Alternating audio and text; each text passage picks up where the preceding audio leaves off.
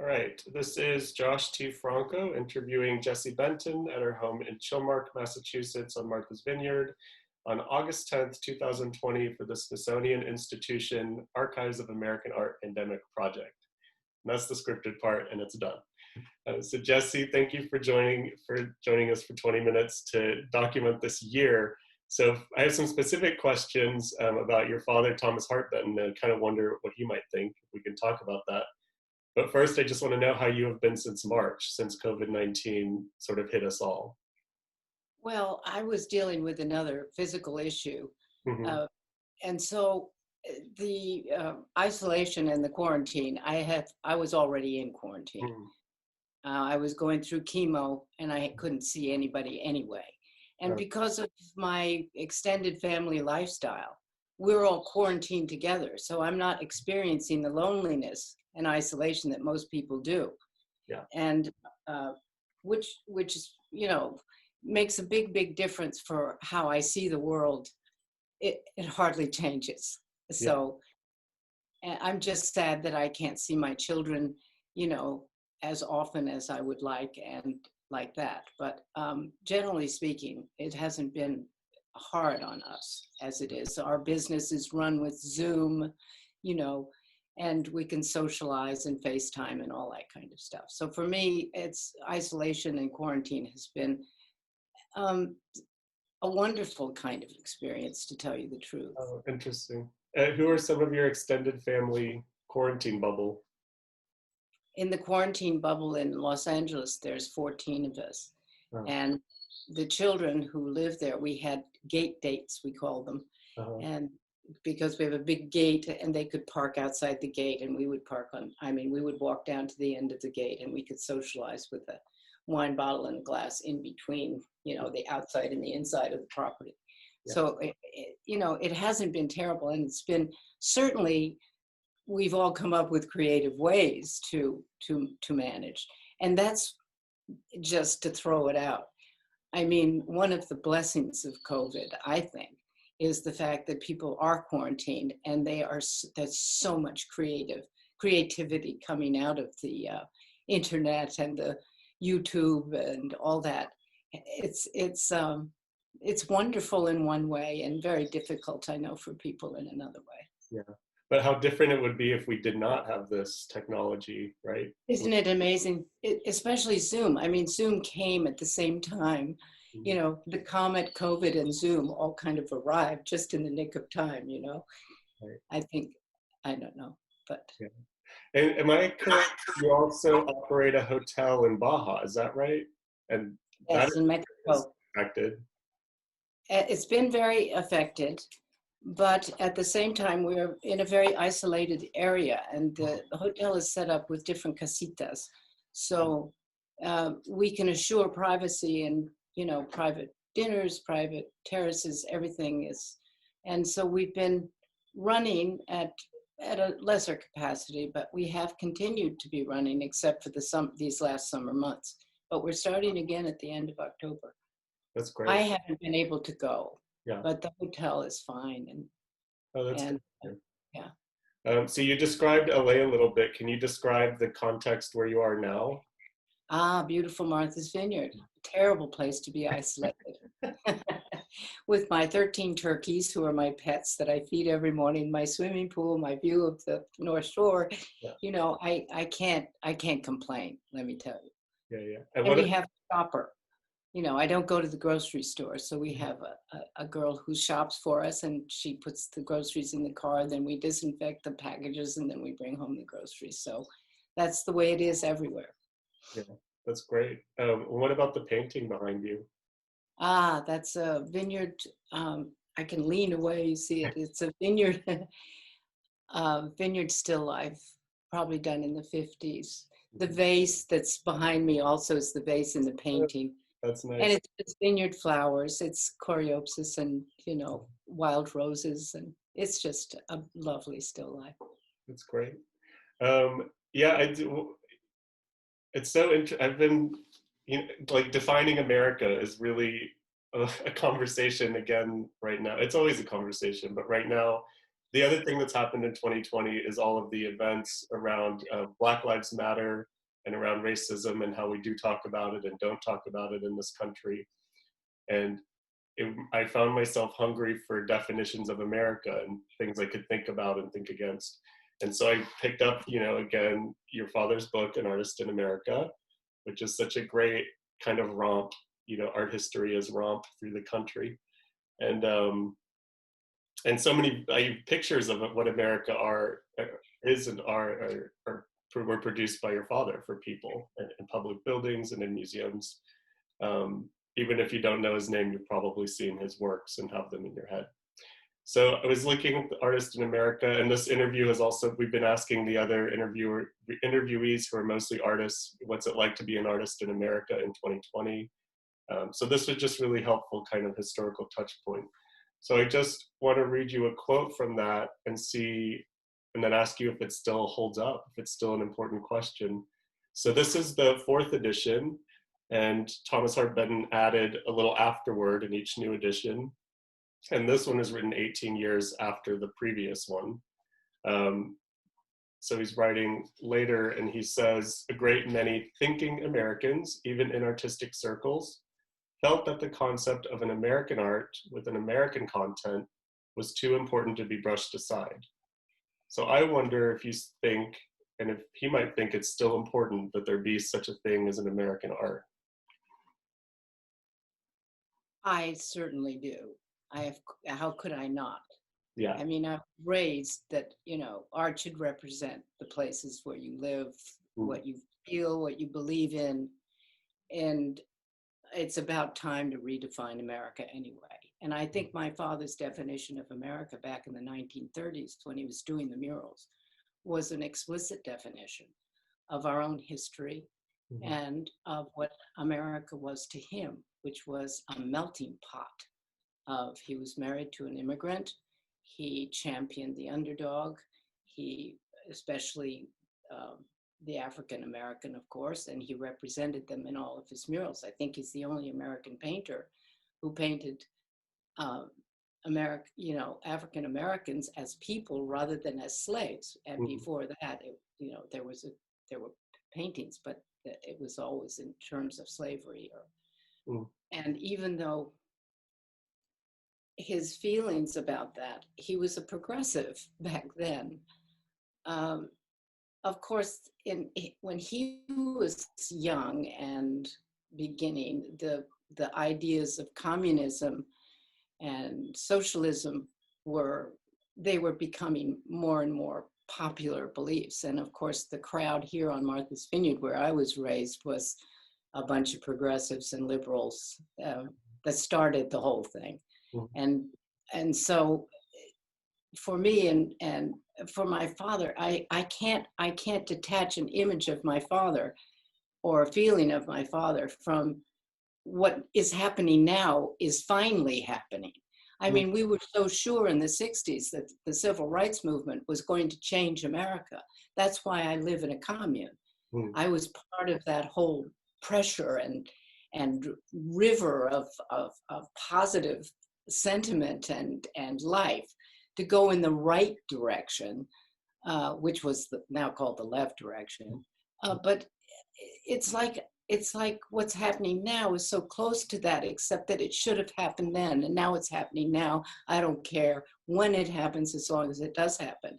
And the fact that the protests are continuing. I mean, I would be out on the streets. If it wasn't for the COVID, I would be out there too. But that's what Daddy loved. He loved the movement of the 60s because he said it had taken too long as it was. I mean, you got to remember, when I grew up in Kansas City, Missouri, I remember quite well when Ralph Bunche, the present head of the UN at the time, came to Kansas City. There was no place he could stay, so we put him up. And that was true. And it was something that, it was unacceptable, but in my house, it wasn't there. Yeah. And it wasn't in some people, but it was something that has been you know, something that has been a sad, sad story in this country that has to be changed. And we do need justice. Mm-hmm. And, but back to art. Art is as you say, I mean, I have friends who are artists, and it's very difficult for them now because there's no venue for them to sell paintings. Galleries are closed, or I have a particular friend who used to sell his paintings in a bar in a small town in New York, upper New York State.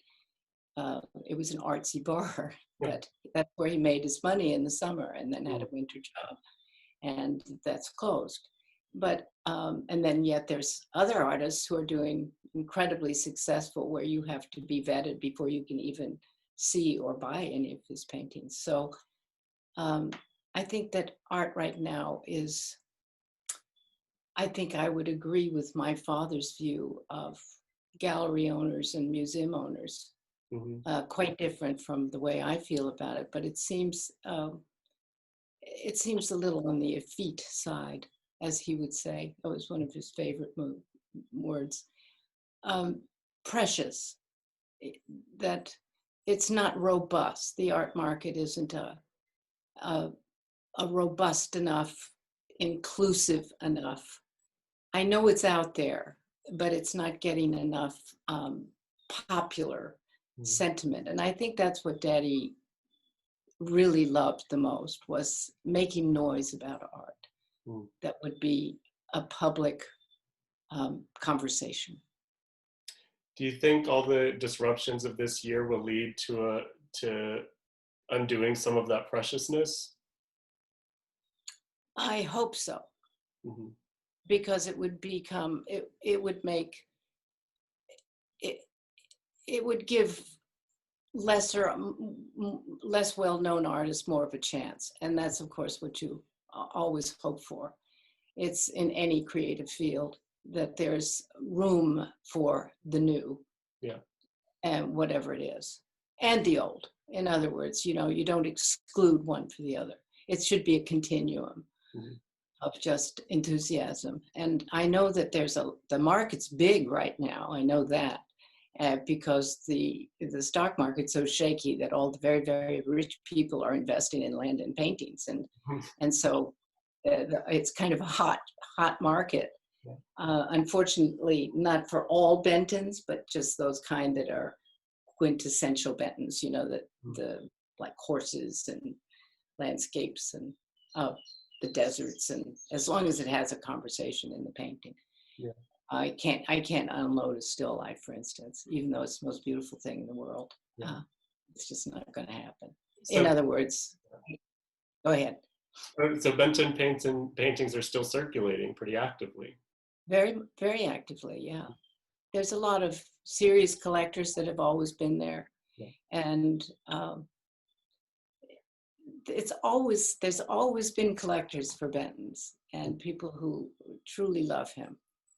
And represent a great deal. There's people, you know, from the Midwest who have to have a Benton because it speaks to them of their youth and where they grew up. And then you know, he did paint all of America. He wasn't limited to his region.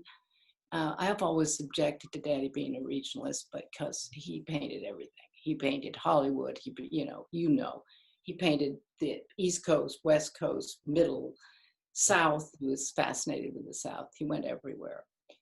Upper reaches of the rivers that he loved, and which are in South Dakota and way the heck up. But Josh, I tend to just talk, so that's fine.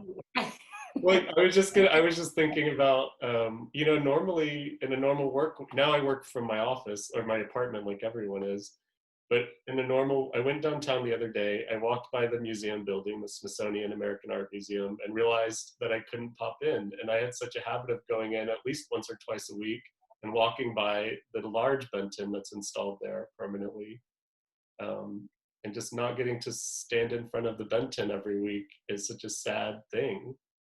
And but it makes me think about spaces for art. And the other thing I want to ask you if you have thoughts on is parents in your childhood home in Kansas City that's preserved as a house museum, that's one of the first things I thought of when the COVID hit is I don't know what's happening there now. I don't know if you do, but that's small groups of people in small spaces. So that's impossible right now, I imagine, with COVID. And I would imagine it's closed. yeah, I imagine it's closed. And of course, I hope this all isn't permanent, but I wonder what the permanent effect will be on the idea of touring artists' historic homes, because it's not just the Benton home. There's a whole world of preserved artist homes in this country that are really important for educating Americans on their artistic legacy. So do you have any predictions how that might look going forward, visiting these homes?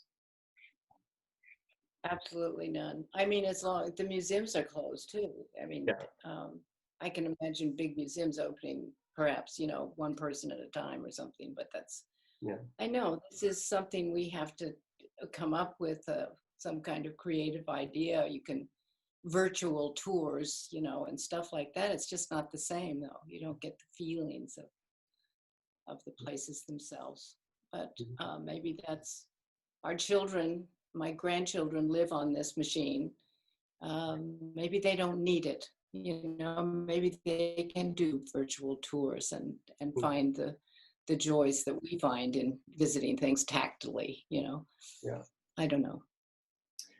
Another thing, this is just an imagination game. I wonder if your parents were still around and hosting the kind of Saturday night music sessions and salons at their home, what might be the topics of conversation, or who might be the interesting cultural figures that are there these days? Well, everybody came to Daddy's house and Mommy, and the Saturday night music night was not, it could be folk music, it could be classical music. I mean, we had incredible musicians, actors, Hollywood movie stars, poets. But let me tell you, mostly the conversation was not about art, but about politics. Yeah.